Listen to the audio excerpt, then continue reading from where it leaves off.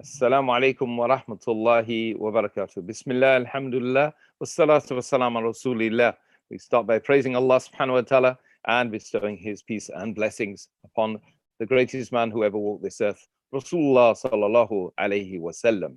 To proceed, brothers and sisters, this is welcome back to the Voice of Islam platform, where we're hosting a series of weekly talks of importance from New Zealand and from the UK. Of course, I'm based in the UK. Yusuf Chambers, your host, and we've got some wonderful guests with us. We've got a co-host as well in Mohammed Thompson, who's based in Auckland. Assalamu alaikum, Mohammed Thompson. Wa alaikum salam barakatuh. Hope everyone is well, and all our listeners and watchers.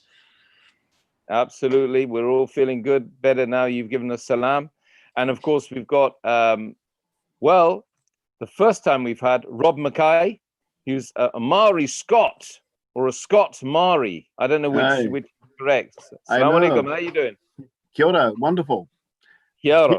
Here in winter, down under. Yes, absolutely. Absolutely. You look it as well with that hat on and a big jacket. Obviously, you don't have much heating systems in New Zealand, right? Oh, I think the heater's in the other room. Oh, the one and only. Huh? Yeah, pretty much. And last but certainly not least, Sheikh Bilal Phillips, all the way from Addis Ababa, who's the big man in, as you can see behind him, the International Open University, formerly the Islamic online, university. Well, Assalamu alaikum, Sheikh. How are you? Alaikum salam wa rahmatullahi wa barakatuh. I'm fine, alhamdulillah. It's winter here too in Addis Ababa, but still it's nothing like what you guys are experiencing down there in New Zealand, for sure. 6 degrees and -6 and all that. Here it gets cold, long johns. When it rains, hail comes along with it. That's about it. Otherwise, once the sun's up, the place is like just comfortable, just nice to go for a walk. Although COVID-19 restrictions, require us to wear masks and this kind of things. But otherwise, alhamdulillah, I've been stuck here for the last 6 months now. I should have left 3 months ago, but alhamdulillah, it's good. We're still working on our plans to set up the Institute for Islamic Banking and Finance for the continent here in Addis Ababa. Alhamdulillah. Allah bless that work, Sheikh, and make it happen and give you lots of khair in this world and the hereafter as well. So today's topic, as everybody kind of knows, it's an extension of the topic that we did 2 weeks ago, which was we're talking about racism, and we were talking about Islam's sort of tradition, talking against racism. Of course, we found out it was very deep and very meaningful, and as soon as the Sunnah came, as soon as the Islam came to the Arab Peninsula and then was spread out into the rest of the world, racism was something that was spoken against and acted against, subhanAllah. So in the same way, today we want to talk about the tradition of the ownership of human beings. Like it's the ownership, even the term slavery is wrapped up in a lot of things, which needs discussion, and it needs to be explained, academically. So we've been reading, and Sheikh, you've also read into this, Jonathan Brown's book on slavery, and there's a lot of really, really amazing literature out there, which we would advise the brothers and sisters to read and do their own research on it, because this is only a general discussion. This is not an academic expose of the whole topic. So it's not a thesis. And Sheikh Bilal, I know that you've written many books. How many books have you written in your long career? Well, published books, it's someplace around 55 or 60 books, but unpublished, there's another 30 or 40, which I just haven't gotten around to editing and revising and preparing, for publication. How do you manage that, subhanallah? How do you manage to write so much? I mean, with all your traveling and family commitments, and it's amazing. How do you fit it all in? Do you sleep? Yeah, sure, of course. But what it is that I usually get involved in different projects and issues. For example, now I just finished doing a series on the names of Allah, right? Understanding and applying the names of Allah.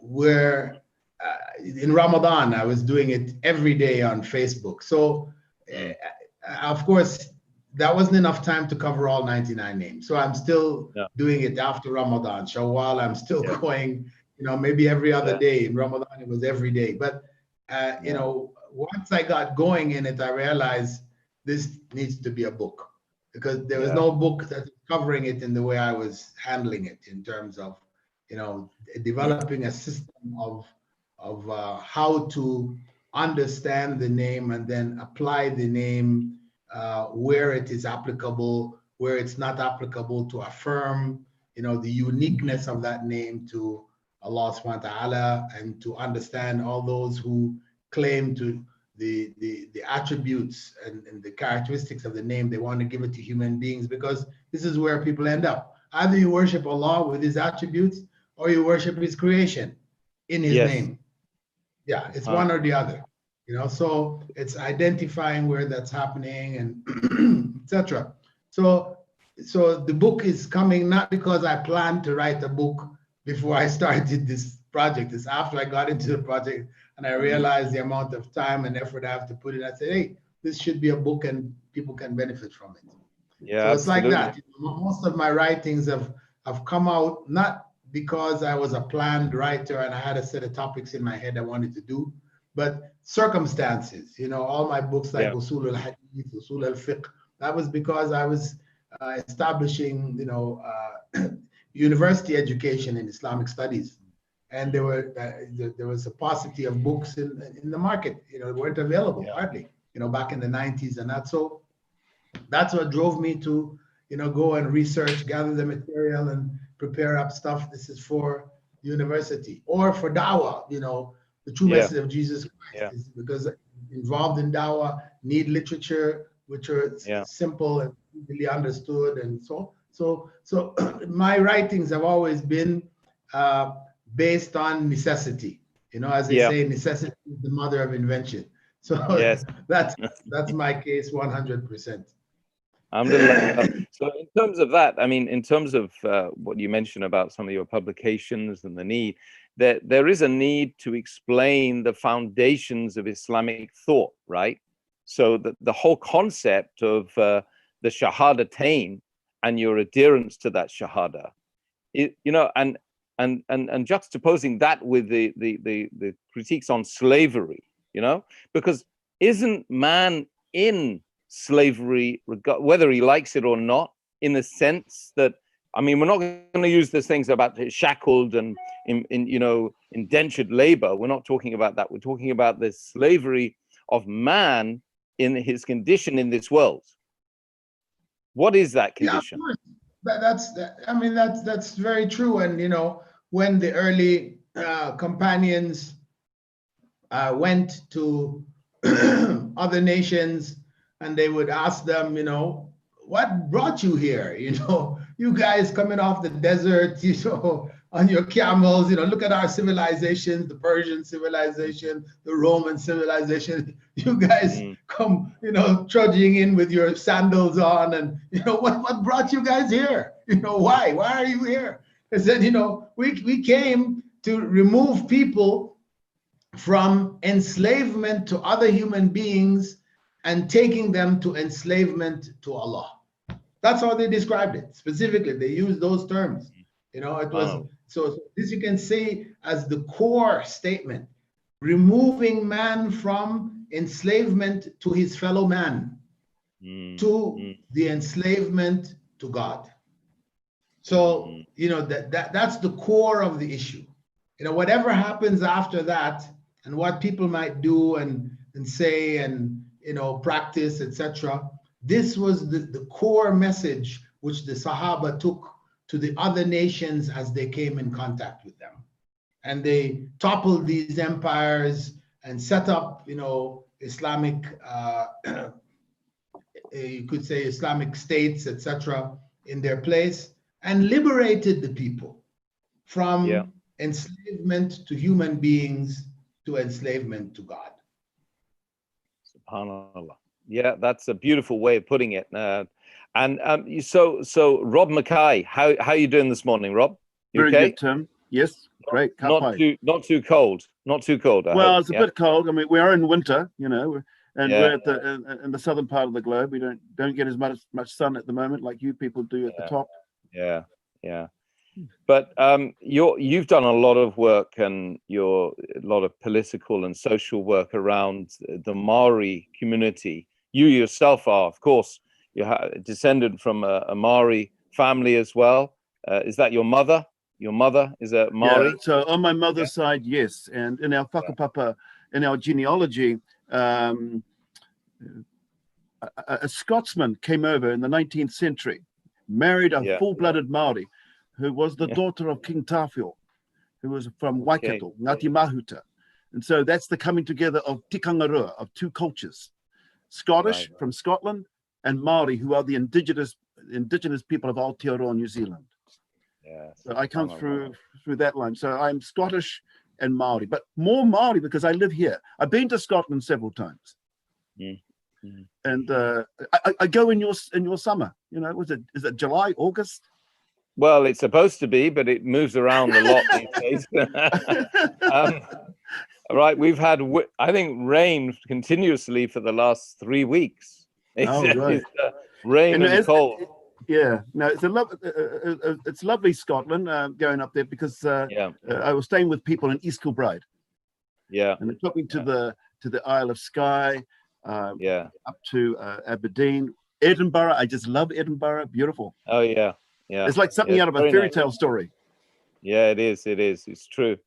But again, this is the colonial past.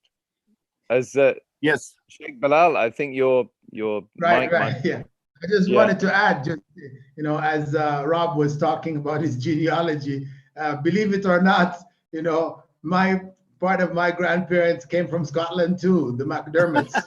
There we are. I'll believe it, Sheikh. Well, just to add, part of my family come from Scotland as well, Scotland and Cornwall. So there we are. Tim, you're the odd one out. You're the odd one out, Tim.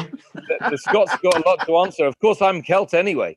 Right. Yeah. I don't even buy that. I haven't got any kilts.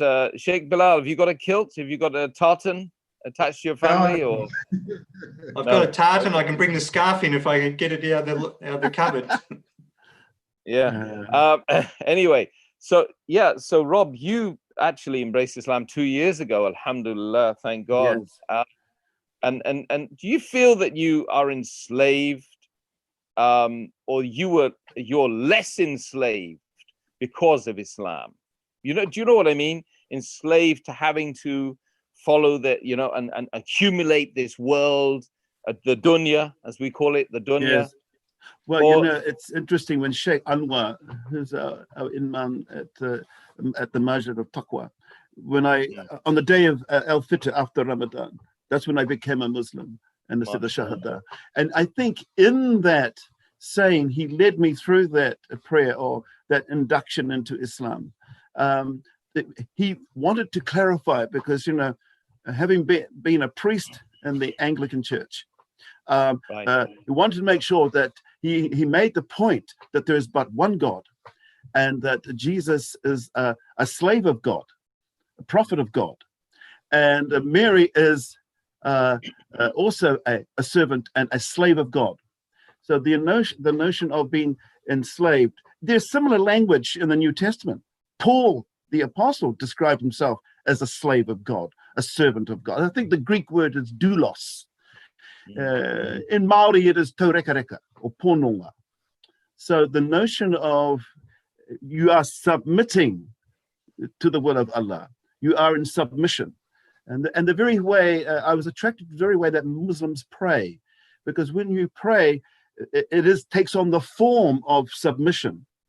So you're actually committing yourself to Allah, and it's expressed in the form of worship, in the form of prayer. And when you put your head to the ground, and your nose to the ground, and you're submitting to Allah. I think you made a comment too, Tim, that I do social work, and I work with released prisoners. And it should be noted, over 90%, I mean, a huge percentage of people in the prison system in Aotearoa, New Zealand, are Maori. And they are in a form of enslavement to the pea drug, to alcohol. A lot of it's due to drugs and alcohol. And in a sense, that is a form of enslavement to the devil, to the things of the flesh and the world. So you either are, as Dr. Bilal Phillips says, you're either enslaved to the things of this world, or you're enslaved to the very attributes of God, and you submit to the will of God. It's either one of those two. And I'm happy that I have made that commitment on the day of Eid al-Fitr to submit to God. Alhamdulillah. So you feel better? So that Dr. Anwar, who gave you the Shahada, he is the Mufti for the International Open University. He is the head of our Department of Islamic Studies. Yeah. Yeah. So he led me through the Shahada, and I think they actually filmed it as I was saying it. So I'll be interested to see that. But 2 years I've been a Muslim, and I have so much to learn, and perhaps so much also to unlearn. Yeah, and I also appreciate Dr. Bilal Phillips' books. I read two of them because Brother Feroz, he loaned me one, but I bought the other one, and it's to do with the issue of Christology. Who is Jesus? It's to do with the what you call Tawhid, or the unity. Tawhid. Yes, those are very important things. Tawhid, yeah. Yeah, alhamdulillah, that's really good. Say that again, Sheikh. I was just saying it's Islamic monotheism. Yeah. Right? Monotheism, yes. Yeah. Islamic monotheism. We don't just say monotheism because Christians say we are monotheistics. Yes. We're three. We believe in one God, but it's three in one. That's so right. Now we say Islamic monotheism, which has no 2 in 1, 3 in 1, 5 in 1. It's just one. That's it. Yes, because when I met my bishop and my fellow priests, who still remain as my friends, they say to me, "What does it mean for you now to be a Muslim?"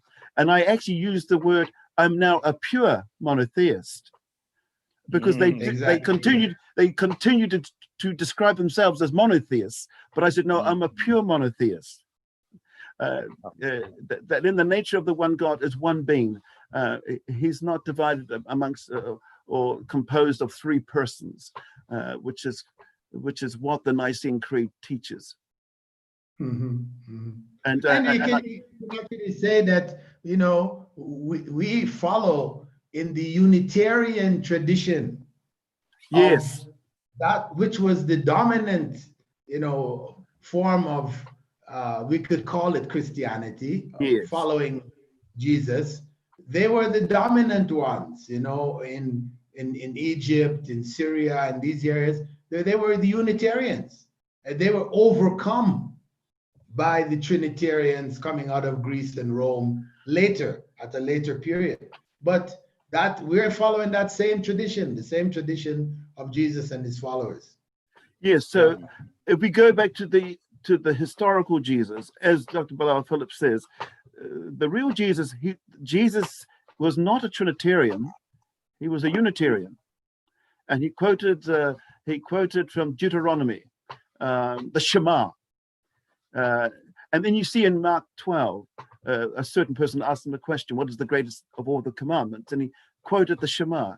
"Hear, O Israel, the Lord our God is one." The notion of you shall love the Lord your God with all your heart and strength, but the notion of God is one, echad in the Hebrew, the notion of the oneness of God.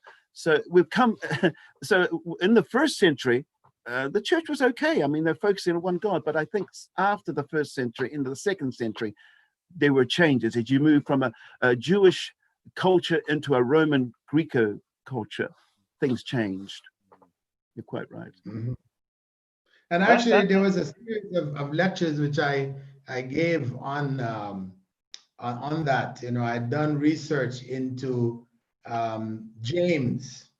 James, you know, called the brother of Jesus. Of Jesus, yes. Most Christians never even heard it. They say, what? Jesus had no brother. He said, hey, look, go in your own Bible, see, you know, verse this, you know, chapter that, you know, gospel this, and here it is mentioned. Oh, Jesus had a brother by the name of James. You know, that he was the one who headed the, you know, the church. Yes, Jerusalem. Church. You know, yeah. And, you know, there's a whole bunch of information there. I remember I gave a talk in Australia at a nunnery, you know, a bunch of nuns that came, and I gave this talk to them. It was like a big eye-opener to them, you know. They had not even really, because he has been sort of sidelined. James was just sidelined from, you know, Catholic tradition and scholarship. He was particularly sidelined because in the Reformation, the German monk, Martin Luther, couldn't agree with James. James says faith without works is dead. Luther taught it's by sheer grace. You don't earn it, not by doing good deeds, just believe. So there's the difference. And yet when you read the Gospel of Matthew, he upholds the teachings of Moses. He upholds the laws. He upholds all those principles. And so you see there's a break in the teachings of Jesus because he held to the commandments. But when you get to Paul, he's somehow altered it and stresses more of an intellectual assent to to this faith. And that's a departure from the Jewishness, who stressed the importance of the law. The importance, I suppose, in Islam would be Sharia, or doing righteous deeds. And I would also say, Dr. Phillips, that the Reformation didn't go far enough, because there were people who were challenging. They didn't go back to the beginning. They only went back to a certain point.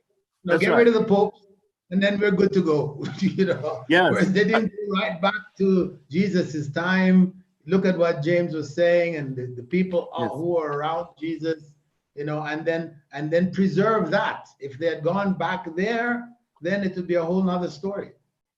Yes, but because there were reformers who challenged the doctrine of the Trinity. There's Michael Servetus, a brilliant Bible scholar.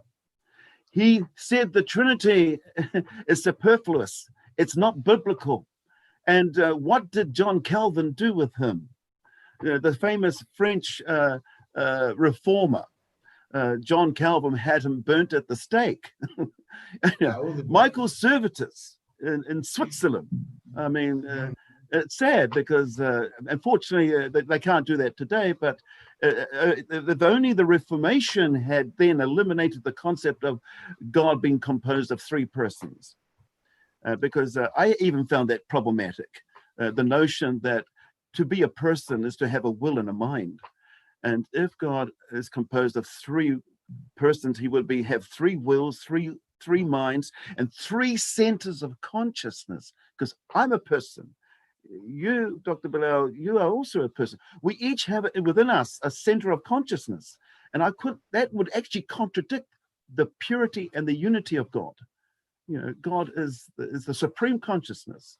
Has three centers of consciousness, and this is where the doctrine of the Trinity becomes confusing. And I'm grateful to your books. Basically, just ask to believe. Don't ask how. just believe. That's what we told you. You believe it, and you're saved. You know. This is unfortunately, you know, the question of really understanding and researching. I mean, there's so much information out there. If a person really wanted to find out, you know, what is the truth of the matter, there's plenty of information there that can take a person to the reality that God is one and indivisible, and that he didn't ordain slavery on people, but people ordained slavery on themselves. You know, till it became a worldwide phenomenon. You know, this is going back to our actual topic. You know, where you know people are trying to connect Islam and slavery. Hey, this is the world and slavery. You know, yes, Arabs and slavery, yes.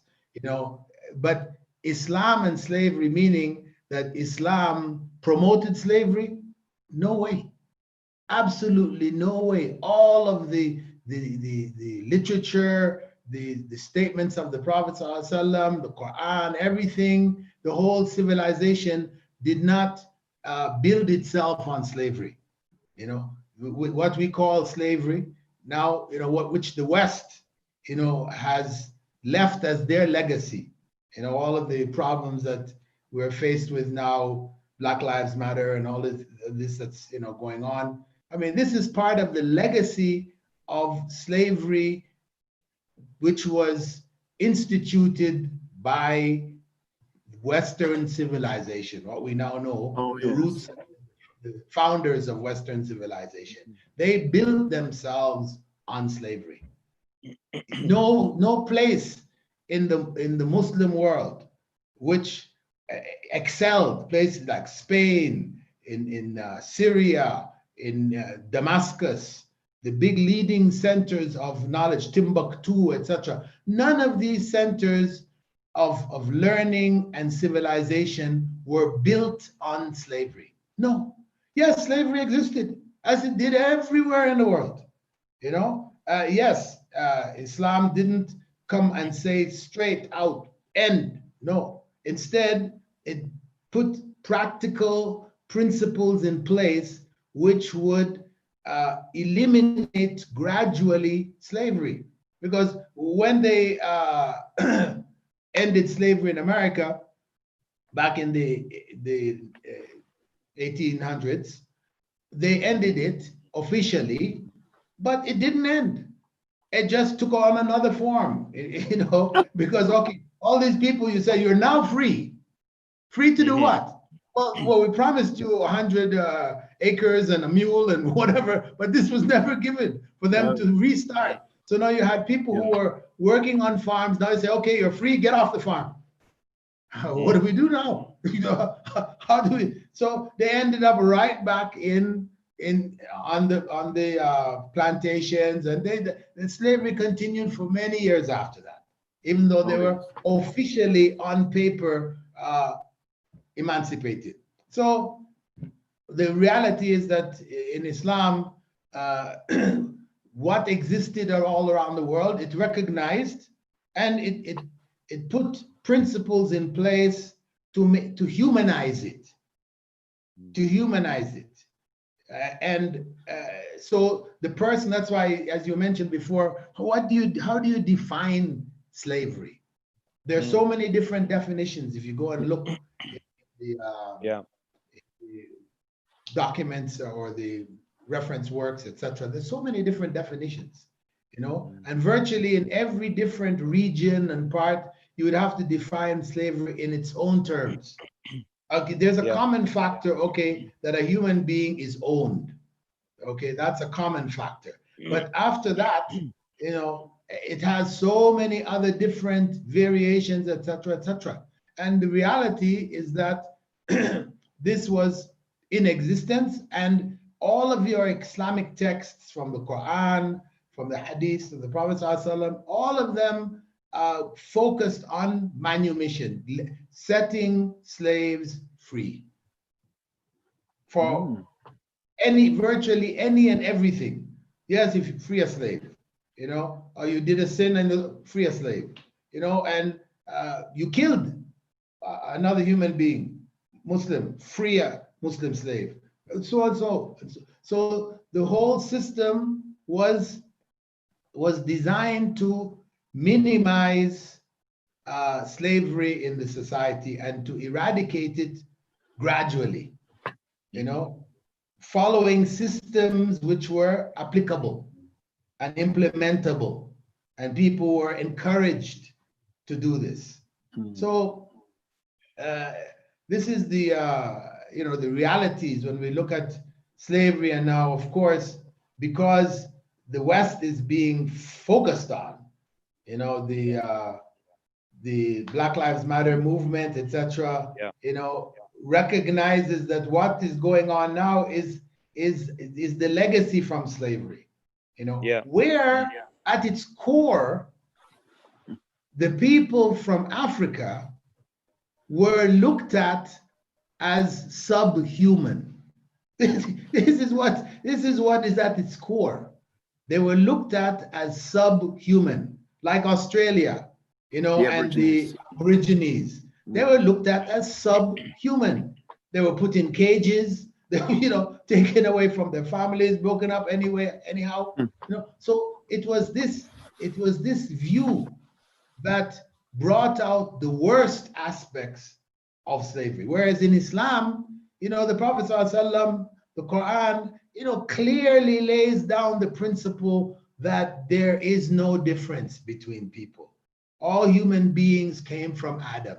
There was not a separate Adam for Black people, a separate Adam for yellow people, and a separate Adam for white people. They all came from Adam, and Adam came from dust. That's the bottom line, So this is the Islamic view, which then removes the foundation for slavery based on race. This is the point. Because of course there were white slaves too in America. They had the white people that were taken out of England and France and so. They went to America as slaves also. But because they were white, it was possible to get out of slavery, in a few generations or whatever, and get into general population. And then you look down on the Black people who you were, were working in the fields along with before, because it was, so-called racially based. The whole concept of race was developed in order to justify enslavement of people.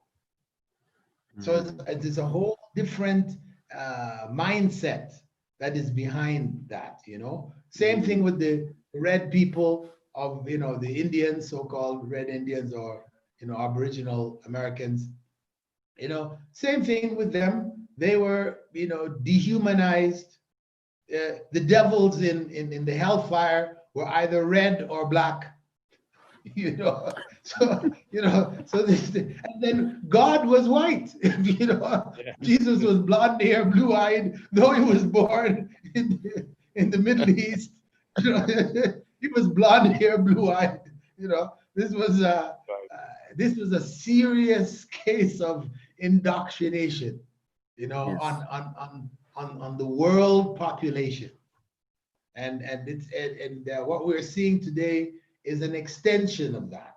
It's not finished, and it needs to be finished. Yeah, Sheikh Bilal, Jazakallah khair, and Rob, it's very interesting the way it went to the Trinitarian question and Christianity and Islam there. I think we're going to have a separate show on that as well, but that is a form of enslavement as well. We can talk about that. So Diana Tayyib says, slavery does exist in the modern times. Child labor in mining industry, for example. And there are many other forms, types of slavery you see around the world because of industrialization. And particularly capitalism. Do you want to comment on that, Rob? Oh, well, well, I'm a socialist, and I just had been to a political meeting with the Maori Party. We have a sense of wanting to share. Our Prime Minister, Jacinda Ardern, has described herself as not verbally, but it's in the media, that she's a communist. But capitalism, well, New Zealand is part of the Western democracies that are based on capitalism. I'm not sure whether it's helping, because we find that the rich are getting richer, and the gap between the rich and the poor is getting much wider. And but I think with COVID-19, coronavirus, we see that some of the people who had high-powered positions at Air New Zealand are now working in grocery stores, packing the shelves, working alongside the blue-collar workers. So it's kind of bringing the white collars down to the blue-collar workers, and seeing a different perspective of life. It's very humbling for those who were once in very well-paid positions, having to be employed in less pay. But capitalism, I guess that's what we got. I've always thought that what Karl Marx came up with was an idea he stole out of the Bible. After all, you know, he was Jewish and his uncle was a rabbi. So the notion of sharing, having things in common. But, you know, we believe it should be done. New Zealand has a lot of socialist ideas. Our welfare system was put in by the Labour government with the endorsement of Methodist church people, by the way. So I'm not too much into politics except to say I want to see the Maori people have a greater voice and a greater access to resources so that we can overcome the problems that we are facing as an indigenous people. Where does that you know, the treatment of the Maori civilization, if you like, where does it come from, that them being on right at the bottom of the pile? Well, let me just say, Dr. Bilal Phillips mentioned about what happened about black people matter, okay? And we say brown people matter too. We endorse the black people matter here in Aotearoa, New Zealand, at a time that we should not be coming together under COVID-19. Thousands and thousands gathered at Aotea Square, because we saw, and as you no doubt you people saw, on that film clip of George Floyd being with someone with a policeman's knee in his neck, which really disgusted us. But as Dr. Bilal Phillips says, that has come as a result of what America had done way back when bringing over slaves from Africa to the United States. And now we see that a great injustice had taken place. And you see it in your own country, Tim. We saw it on TV, on CNN, on our television screen.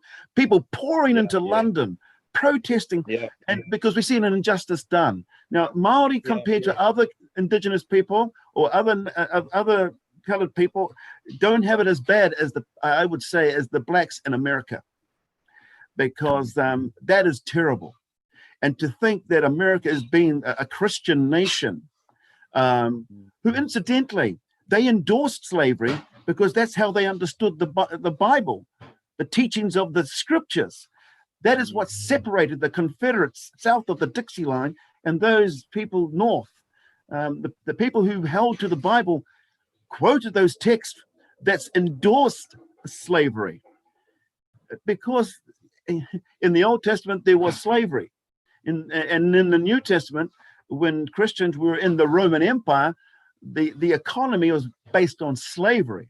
But you would find that Paul, similar to how Islam does it, teaches certain principles. He doesn't actually come out and say, let's get rid of slavery, because, you know, he was outnumbered.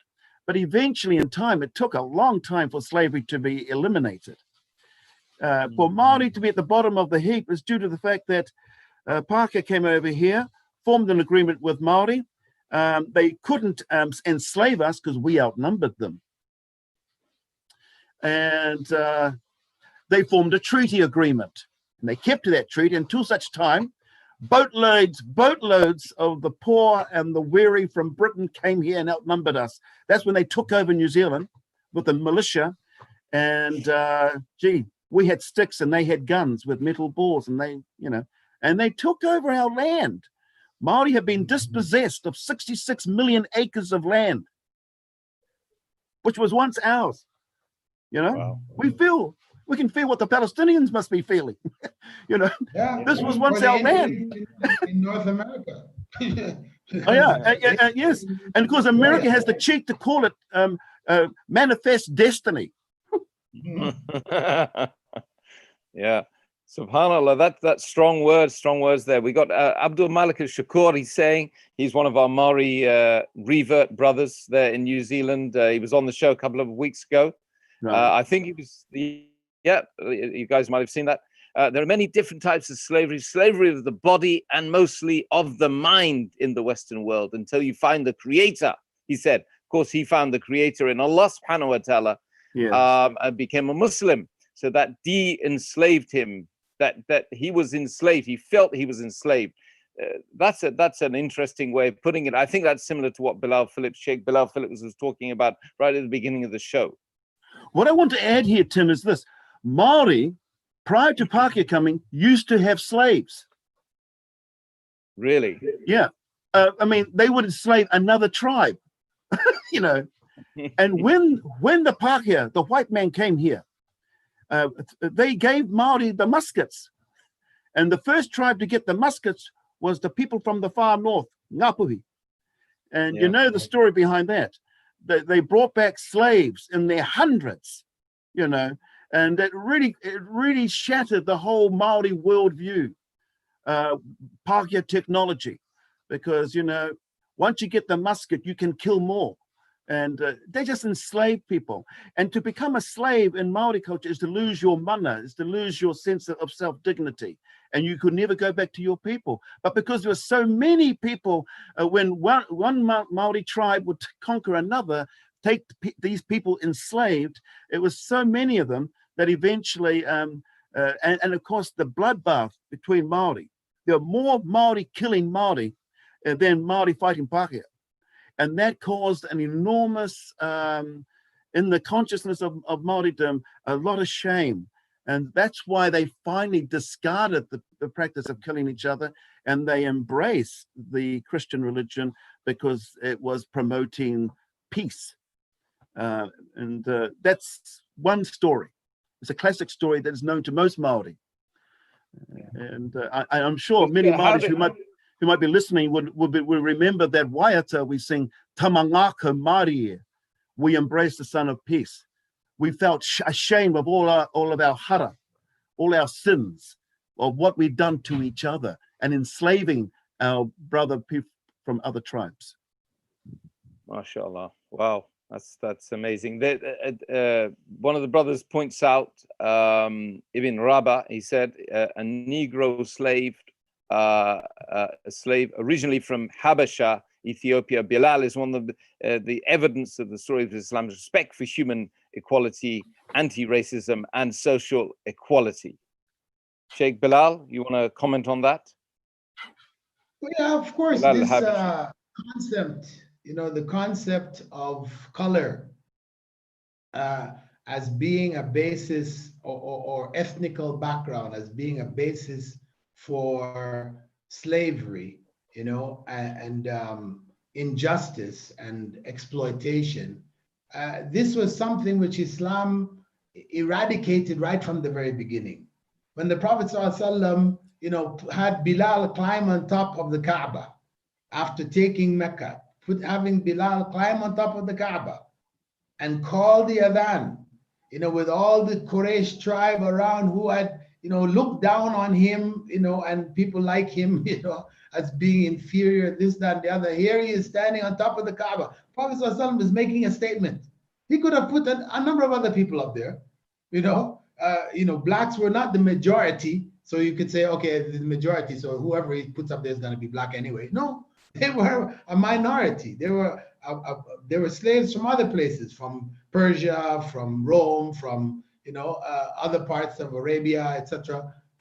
So blacks were not a majority, and slavery was not equivalent to black. It was just whoever got caught.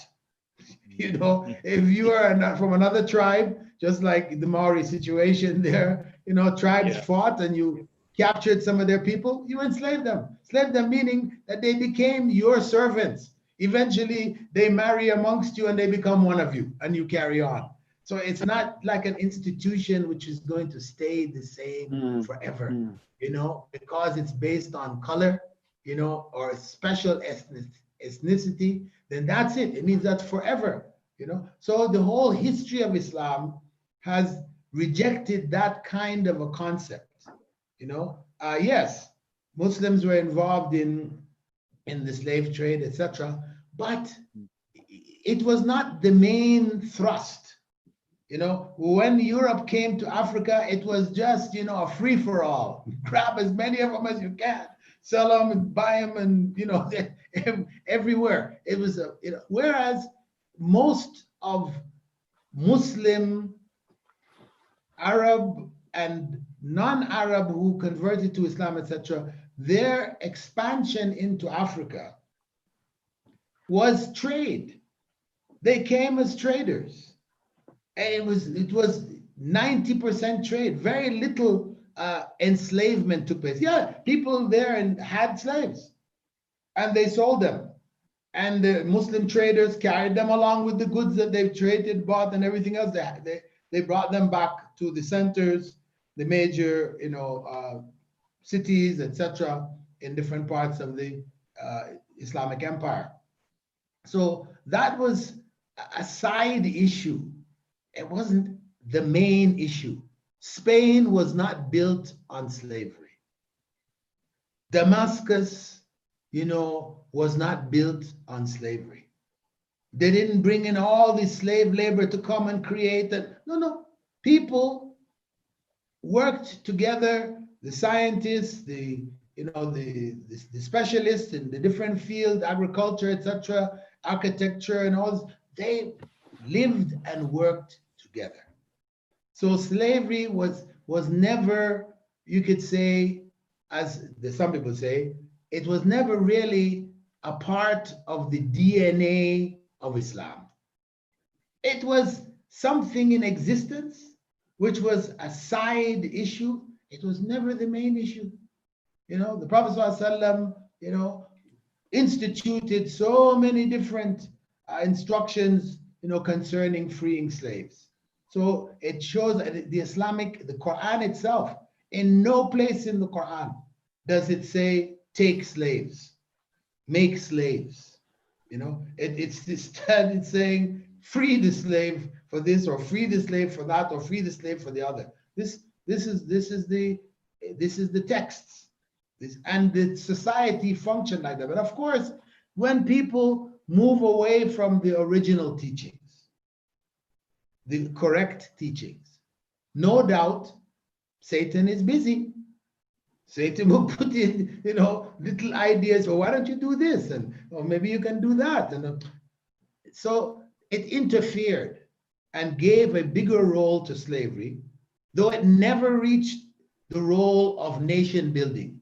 Mm-hmm. No part of the Islamic Empire, which stretched from Morocco to Philippines, no part of the Muslim Empire was built on slavery.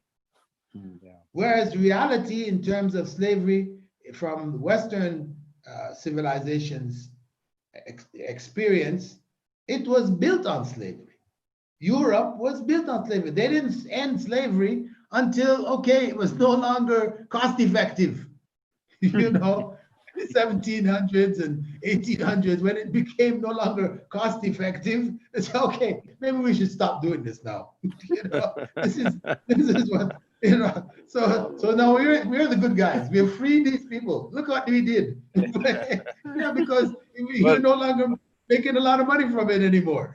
But Sheikh Bilal, that's my point, that Abolition of Slavery Act 1870s, 200 years plus ago, but reality is that people living on $1 and $5 it goes into billion, literally billion people that are living on in terrible conditions, working in sweatshops, working in workshops, providing clothing and produce for the capitalist markets around the world, for our shopping centers here in Britain, in America, in New Zealand, and so on and so forth. Those people are living in a form of slavery, are they not? Yeah, wage slavery. That's what the communists and socialists would say. And just to mention, Rob, that I actually went from communism to Islam. I I've been, reading Marx and Engels, and I was into the socialist communist movement, Right. combined with what they called Afrocentric or you could say cultural socialism. We're focusing on Africa because of origins, etc. And the big figures that came up, people like Lumumba and others, Kwame Nkrumah in Ghana, leaders who were trying to break the bonds of European servitude, but the servitude to the Western civilization. Those who stood up were eliminated. They killed them. That's just it's so nasty. But anyway, that's history. And where we are today, I think we've reached a historic point, because for myself, I mean, I was around in America back in the 60s. I was still in high school and that, but late 60s, 70s, early 70s, when the movement had gained certain momentum, and they were burning down cities back then too. Back in the late 60s, with the hippies on one side, and the Black Panthers and, cultural nationalists on the other side, they did come to that point. And it brought about change, because people are saying, okay, all this looting and burning and all this stuff that's going on, but listen, America was built on that. The Boston Tea Party wasn't a tea party. No. It was a riot. America was born out of a riot. And as one of the famous figures of that era, who is unfortunately in jail, held in jail, big figure of that time. He was called Rap Brown. He accepted Islam, became Jamil Al-Amin, and he's being held in jail. Police set up. He was set up by the police, claiming that he shot and he didn't shoot and there was no weapon, and he's been in jail for the last about 25 years. They're really evil. Anyway, he was very famous for his statement that when people were talking about violence and so on, so back in the 60s, he said, "Violence is as American as cherry pie." Apple pie. Well, yeah, apple pie is the apple pie, but he said cherry pie. Oh, cherry pie. Oh. Was very, very, very, beloved. Oh, wow. Cherries, apples, we should bring in brother Mohammed Thompson, because I'm feeling very bad about, I'm really sorry, Mohammed Thompson. Of course, one of the heads of Voice of Islam. Yeah, but it's a subject that, these guys are all very confident on, and I haven't got much to add to it. So I'm just cruising along, listening to it all, inshallah. No, it's a fascinating conversation. It could go on for hours and hours. I can see that. I really can see it.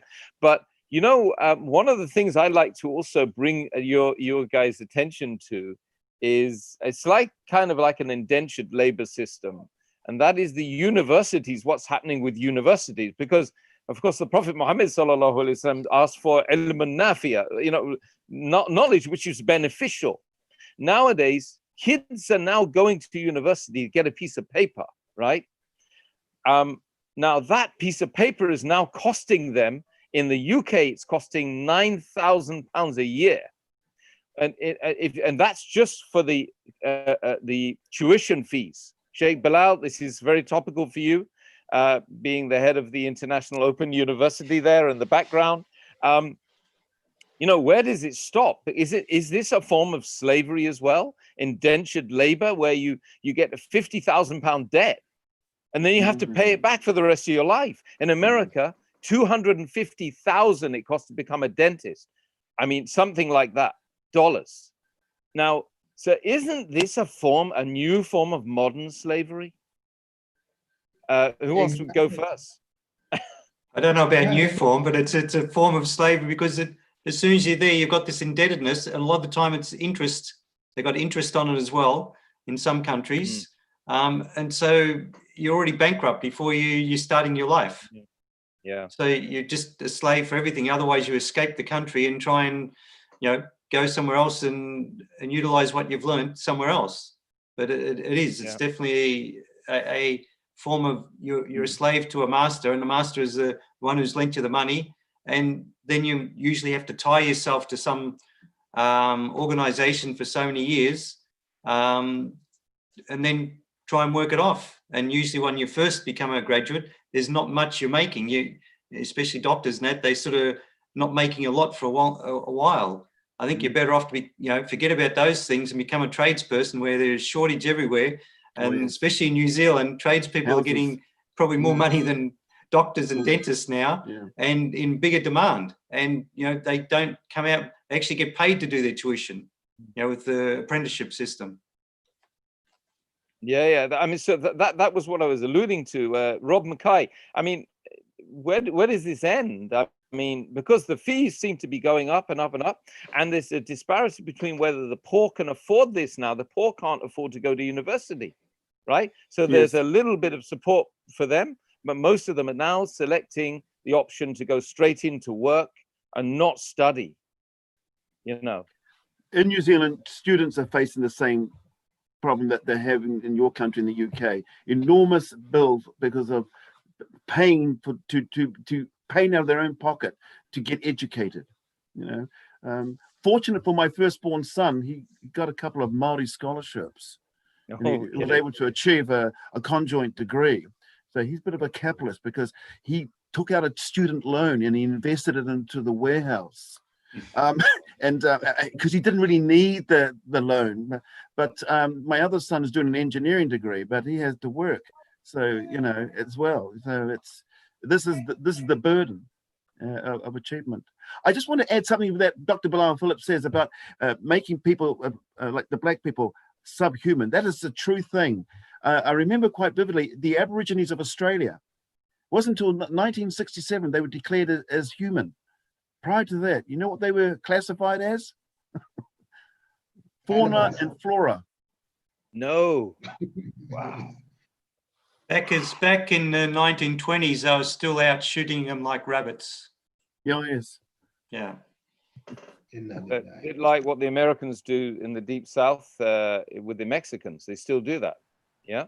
I met the Mexicans. I was in Mexico, and they treat them like just animals. It's just like game. Just shoot them across when they come across the border in Texas there.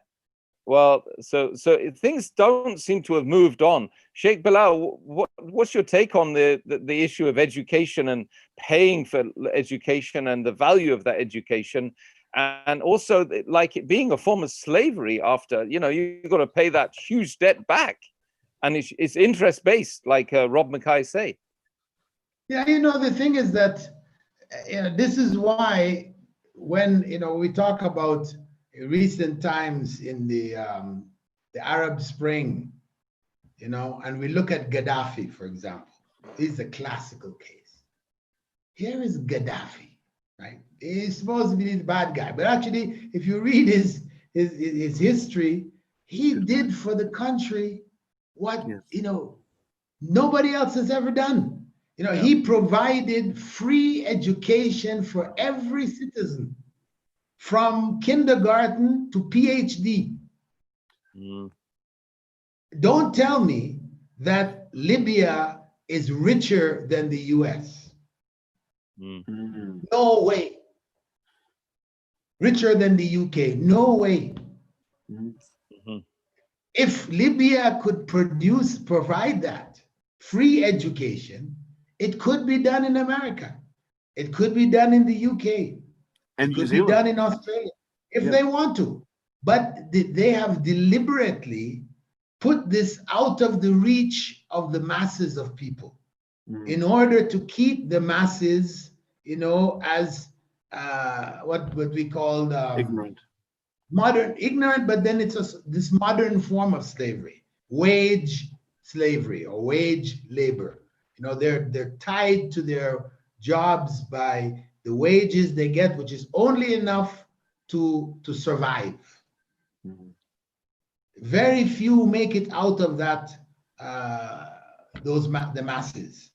So and they raise the price of education to keep the masses uneducated, because it becomes like a captured population that they can utilize as they wish, as they need, So this unemployment and keeping people unemployed, and it's all kinds of issues and problems with quote unquote capitalism, which though yes, it outshone communism and socialism, left them in the dust, but the reality is that the cost to the people, the cost to the masses of population, where in America, America represents, what they put it again, something like 5% of the world population, something like this.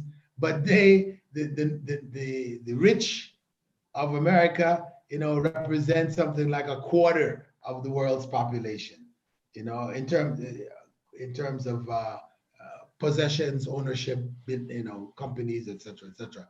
Wealth is concentrated there, and it's just getting more and more concentrated. So this is a never-ending cycle that people are caught in. And I mean, this is one of the big motivating factors for me to set up the university, especially for people in the third world, where education is at such a low level. The percentage of students in the educational system is very extremely low, unthinkable numbers. And the main factor is that they can't afford the education. So this is one of the goals of the International Open University, is to provide scholarships across the continent and beyond, into India, into Pakistan, into the Far East. But we began with Africa, because this was the English-speaking closest area for myself, and our headquarters is in the Gambia. So we began this process. It's not an easy, it's a mountain we're climbing, but eventually we do hope to open up learning centers, across the continent, in the majority of the countries, where students will be able to study for free. And the education that they will get will be a modern education, because we're not talking about setting up madrasas.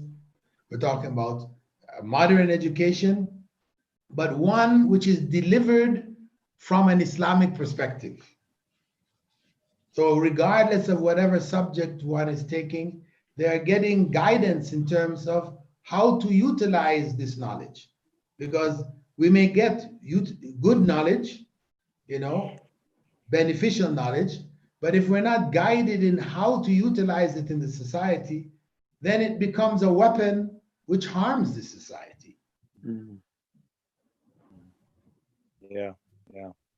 Okay, Jazakallah khair for that, Sheikh Bilal. What I wanted to do now was to kind of sort of sum up the whole thing and try and bring some solutions to the issue of what we see as wage slavery, modern slavery, and so on and so forth. Obviously, we can see in the room here, we got 4 people in the room, and all of them have made a decision in life to worship the Creator in its pristine form, not as 3 or a human or a car or a place or a person, So, and do you think that that's got a lot to do with our,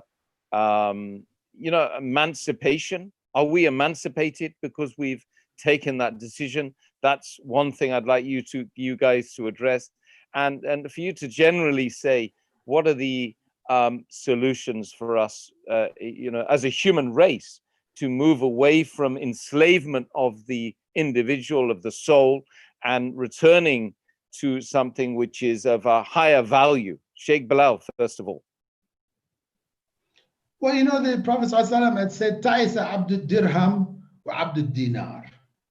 That the one who is enslaved to the dirham or the dinar, the pound or the dollar, you know, he or she will always be in a state of wretchedness.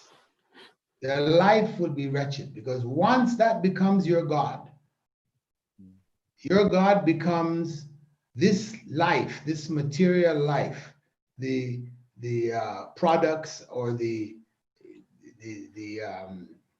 bits and pieces, the trappings of this world.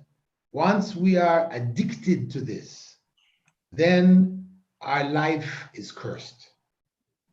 And that's why the Prophet ﷺ had also said, Ad-dunya mal'una, this worldly life is cursed.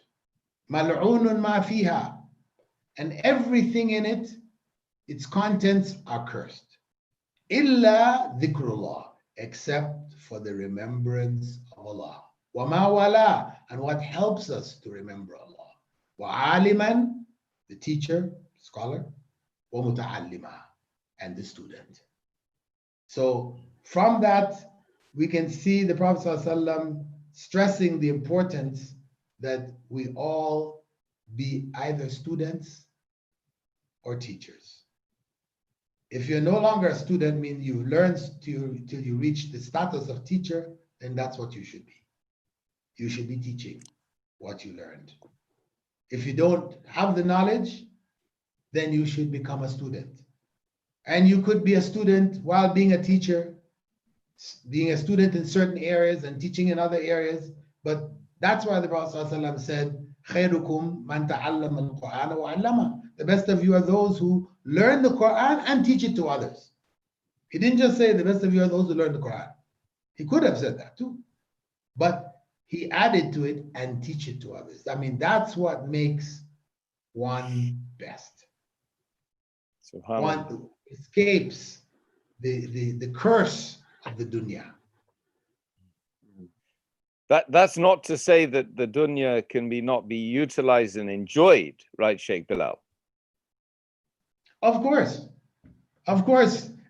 You know, once you are liberated from the dunya, you're no longer a slave to the dunya, then the dunya serves you.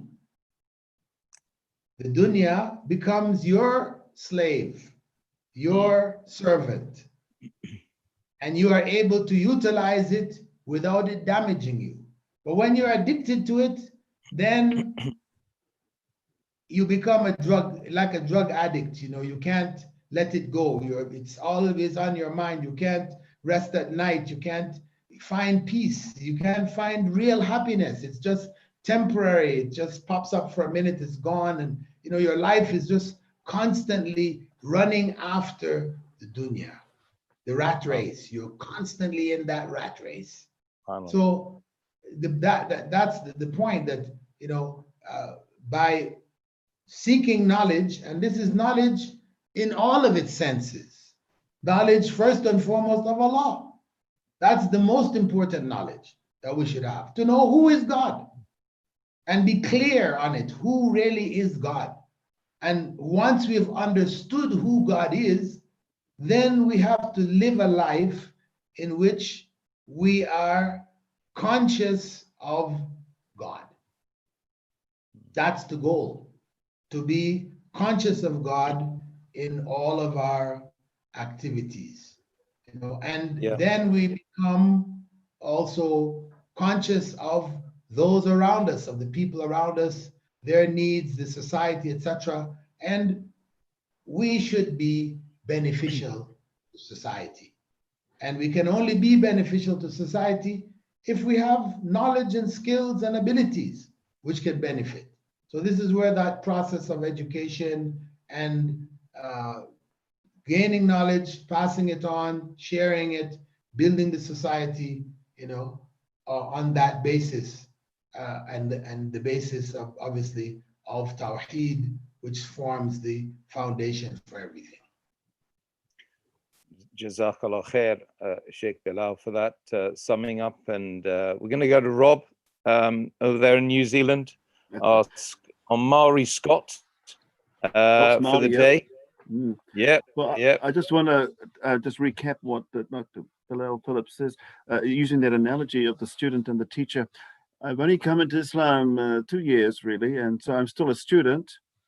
And in terms of my spiritual journey, in terms of what we've discussed, I'm reliant on the teachings of the prophets. I come to mind, to what you mentioned in those questions, Moses, because Moses, he was told to remove his shoes before the burning bush. God's presence was with him, and he put God first in his life. That's why when he came down with those tablets, those 10 commandments, God is mentioned first. You shall have no other gods. And then you come down to the 5th commandment, honor your father and your mother. That's respect for people. And he finds that the last commandment was, thou shalt not covet. So in that, God first, people next, things last. And the world has changed that. The world, I'm talking about the secular West, have eliminated God. That's why they're in darkness. And I don't know, there's disrespect. I don't know. But they put things first, not last. And that's the problem. There's a text in the New Testament that says the love of money is the root of all evil. Not money, but the love of it. So material things. I look at the life of Jesus when I read the gospel. He lived a simple life, very simple life. The foxes have holes, the birds of the air have nests, but the Son of Man has nowhere to lay his head. He was homeless. So the notion of gathering material things as a goal, it's quite silly. I used to be in the funeral business. I used to be a manager of a crematorium and cemetery for 14 years. And I thought to myself, goodness, that's the great equalizer in death. And acquiring all your wealth means nothing when you stand before our maker, our creator. So it's a matter of loving your family, your people, your farmer, and to know that material things, only insofar as they provide you shelter and food to sustain you. Not to put them first, but as a means to, God comes first. And the beauty of coming into Islam is this idea of decluttering one's mind, one's thoughts, and you can't help but declutter. If I can put it in a Buddhist sense, when I entered into the masjid of Taqwa, not far from my house, the masjid I'm attached to, it was very zen. I say so because there was nothing in it but space and a beautiful thick carpet. And there was no candles and other furniture and all kinds of things. It's just space, and to worship the supreme God. I thought the beauty of that and the simplicity of that, that is a great gift to the world in Islam. Not to be cluttered, but decluttered. Yeah, mashallah, that's very profound, and I echo that sentiment as well. And we've got Brother Mohammed Thompson just to wind things up as well. There's not much left really to say after these two speakers have put a lot of very eloquently together. But all I'd say is being someone who I run my own business and things like that, but that's only by the grace of God that to do that. But it's putting him first, and that way things come after that. Like you said, you don't chase the money comes. If you do the right things in Islam, the money will come if it's good for you. If it's good for you, because that's, I just keep praying all the time. If it's good for me to say get this job or this job or that, and it can help, then do other things like dawah work and things like that, then bring it on. If not, keep it away. So this is like anything, and every job, no matter what it is, I'm talking about profession, whether it's the street cleaner or the most great surgeon, they all got their importance, and everyone who has that should have their pride in that job. They can maybe study a bit harder and get something better, but as they're doing that, that is a very important job, and it's people should look at it that way and say, thank God that they've got the job and they can do that, and they should do it as their best ability for the sake of God. And then pray to better themselves, and inshallah, then things will improve. Not to say, oh, I want to get more money so I can, get this new Ferrari or the latest McLaren I just saw on the TV today, $2 million or something like this for a car. It's just like, what for? You take it out and you smash it up, it's gone. And the thing is, one brother always reminds me that the cars, you can buy it today, it's new, it gets old, breaks down, it's no good. So what is that? You just, we have to go to the things that don't break down, and the one that's always there for us and is always there for us. I'll repeat that, Allah subhanahu wa ta'ala. That's all. MashaAllah. Jazakumullah khair. To our esteemed guest, Sheikh Bilal, we're going to have you on very shortly again, I'm sure. Rob, we're going to have to get you on and go through your story, because that's what the Muslim community loves hearing, is the story of how, what's the journey behind it all. Sheikh Bilal's got one as well, a very interesting one, from communism to Islam. We've all got one, but the most important thing is that I hope we've done justice to the topic, Islam and slavery, and let's not be enslaved to the dunya, but go for the vastness of the hereafter, not the narrowness of this small world. And although it's beautiful and it's glittery and it's glamorous sometimes and it's desirable, the most desirable thing that we can ever focus upon, my brothers and sisters, is the akhirah, which is everything you want forever. That's the way it's described in the hadith, the Sahih hadith. So I ask Allah subhanahu wa ta'ala accept all of the contributions from our esteemed guests, and we'll see them very shortly on another show, very, very, in the not too distant future. And I ask Allah subhanahu wa ta'ala to accept this beautiful faith of ours. And for all of those who are out there who don't know much about Islam, contact Voice of Islam down there in New Zealand and the land of the Maoris. And I'm sure you're going to get a beautiful welcome down there. By the way, it's a beautiful place. It's a fantastic place to visit and to live. So if you're looking, I think, Rob, you're probably contactable and you can help them get in, right? Especially if they're a guy like a plumber or an electrician or a doctor or a nurse, because I heard that's a need right down there in New Zealand. That's right. Yeah, absolutely. So guys, thank you very much for tuning in. It's been a wonderful show, and amazingly generous our guests have been today, wonderful guests. May Allah subhanahu wa ta'ala accept it from them and from all of us and from all of you out there. Assalamu alaikum wa rahmatullahi wa barakatuh. Alaikum salam.